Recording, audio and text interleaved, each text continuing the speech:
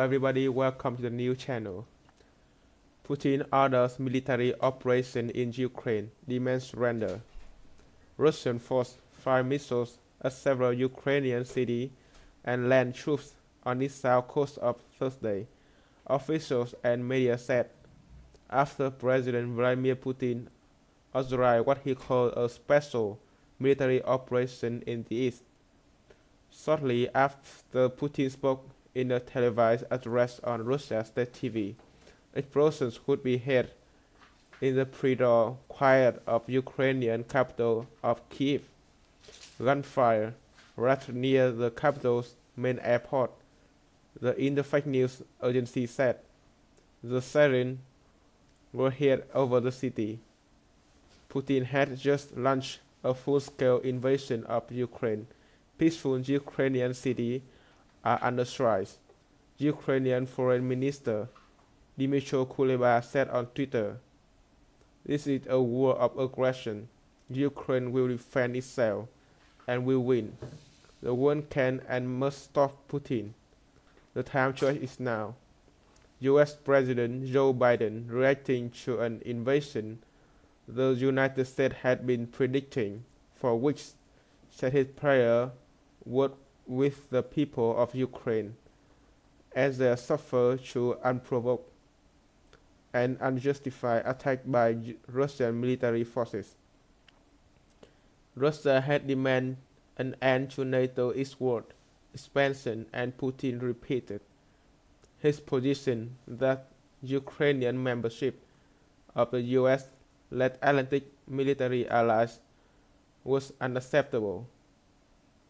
He said he had authorized military action after Russia has been left with no choice but to defend itself against what he said were threats emanating from modern Ukraine, a democratic state of 44 million people.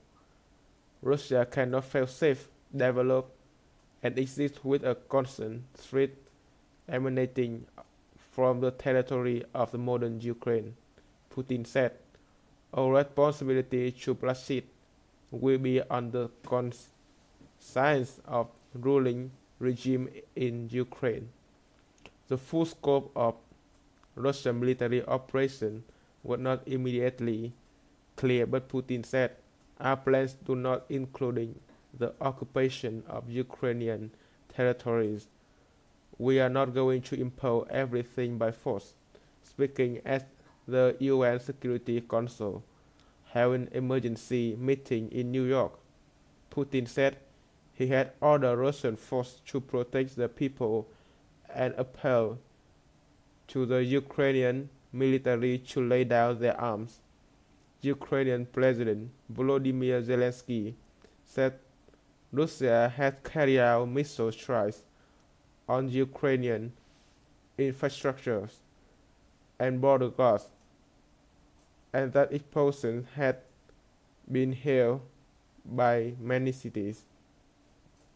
He said that martial law has been declared and that he has spoke by telephone to Biden. Reservists were called up on Wednesday. Media reported that military command centers in Kyiv and the city of Kharkiv in the northeast had been struck by missiles, while Russian troops had landed in the southern port cities of Odessa and Mariupol. A Reuters witness later heard 3 loud blasts in Mariupol. Russian-backed separatists said and has launched an offensive of the Ukrainian-controlled town of Chastia. In the east, Russia's Interfax News agency said an explosion also rocked by breakaway eastern Ukrainian city of Donetsk. Hours earlier, the separatists issued a plea to Moscow for help to stop alleged Ukrainian aggression, claims the United States dismissed as Russian propaganda. Global stock and US bound yield diverged, while the dollar and gold rocketed higher after Putin's address. Brent oil just passed $100 per barrel for the first time since 2014. Biden said Putin has chosen a premeditated war that would bring a catastrophic loss of life and human suffering. Russia alone is responsible for the death and destruction this attack will bring, and the United States and its allies and partners will respond in a united and decisive way. The world will hold Russia accountable, he said. While he has ruled out putting U.S. troops on the ground in Ukraine, he said he would announce further sanctions against Russia on Thursday, in addition to financial measures imposed this week. NATO Secretary General Jens Stoltenberg strongly condemned Russia's reckless and unprovoked attack on Ukraine, and said NATO allies would match to tackle the consequences of Moscow's aggressive action. UN Secretary General Antonio Guterres made his last-minute plea to Putin to stop the war in the name of humanity after the Russian leader announced the military operation. President Putin, in the name of humanity, bring your troops back to Russia, Guterres said, speaking after the Security Council meeting. The consequences of the war would be devastating for Ukraine and far-reaching for the global economy, he said. Russia's UN envoy said his country was not being aggressive against the Ukrainian people but against the junta in Kiev.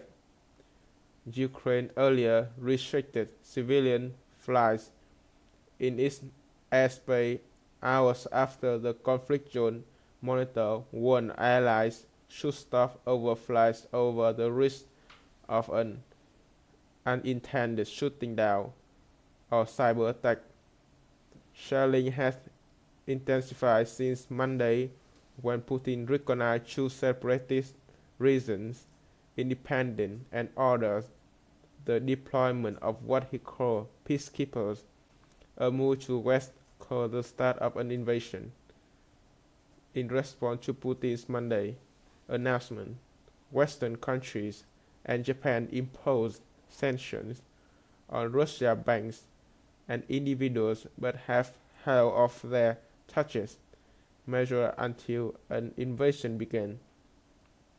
The United States stepped up the pressure on Wednesday by imposing penalties on the Russian film building, the Nord Stream 2 gas pipeline, and its corporate officers.